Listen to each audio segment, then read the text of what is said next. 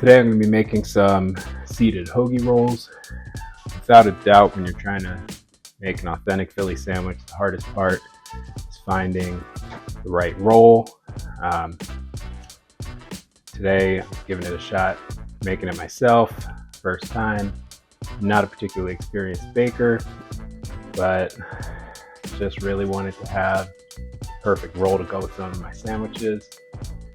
I looked up some recipes that I read, watched some YouTube videos, picked up a couple of techniques, but really tried to simplify it using 500 grams of bread flour, 300 grams of lukewarm water, 7 grams of dry active yeast, 7 grams of malt powder, 7 grams of salt, 40 grams of olive oil.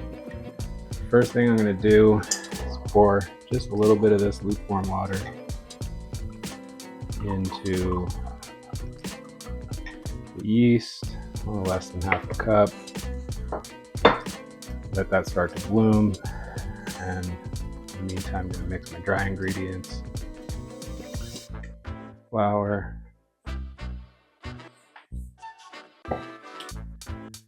malt powder, salt. Give that a mix.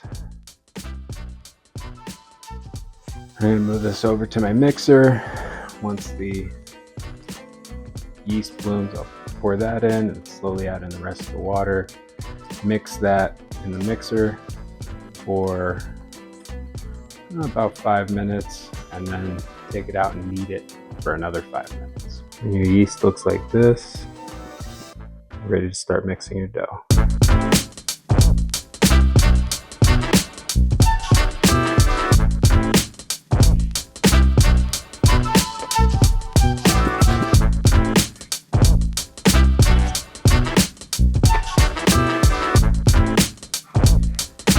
As soon as I touch this dough, it's really nice and soft, billowy. I think I've probably put too much flour in most of the breads I've made in my life.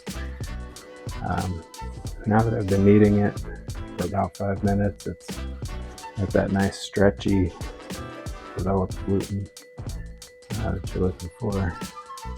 I'm going to divide this into 4. I'm going to be making 4 hoagie rolls, 3 seeded, 1 not. My 4-year-old does not like seeds, and so tomorrow I'm going to shape and bake those rolls. And that feels ready. I'm going to cover these with a towel and let them rise for 1 hour. Then I'm going to put them in the fridge overnight. My dough has been out of the fridge for about an hour and a half, doubled in size. Time to shape the rolls. I'm going to stretch these doughs, roll them up,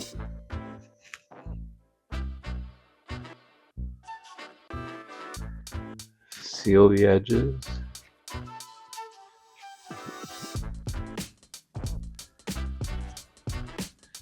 and I'm going to dip 3 of the 4 here in sesame seeds, put them on baking sheet lined with parchment paper.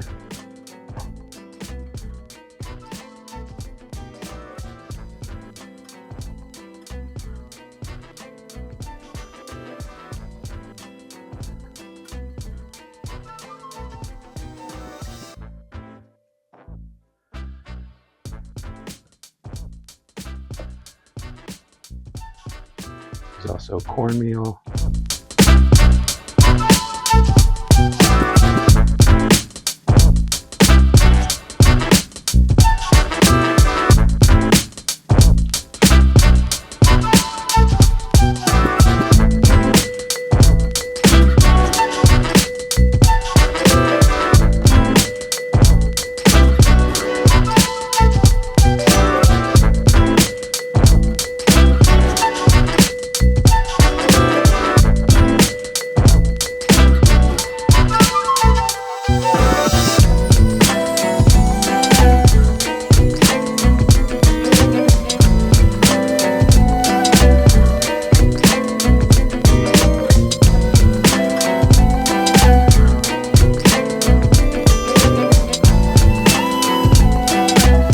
gonna let these rise again so they get about double the size they are now before baking.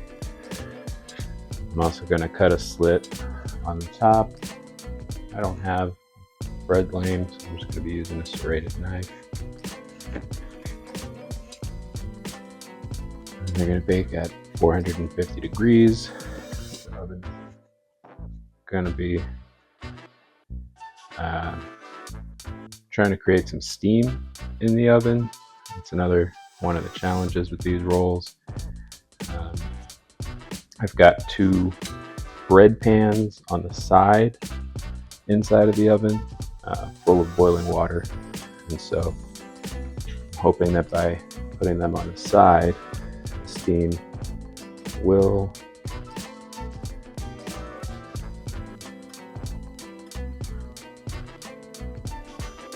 get to the bread, even though they're on the baking sheet.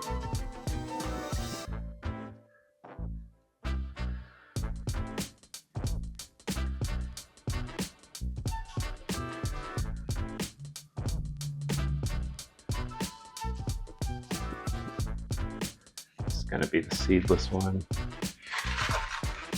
These are ready to go in the oven.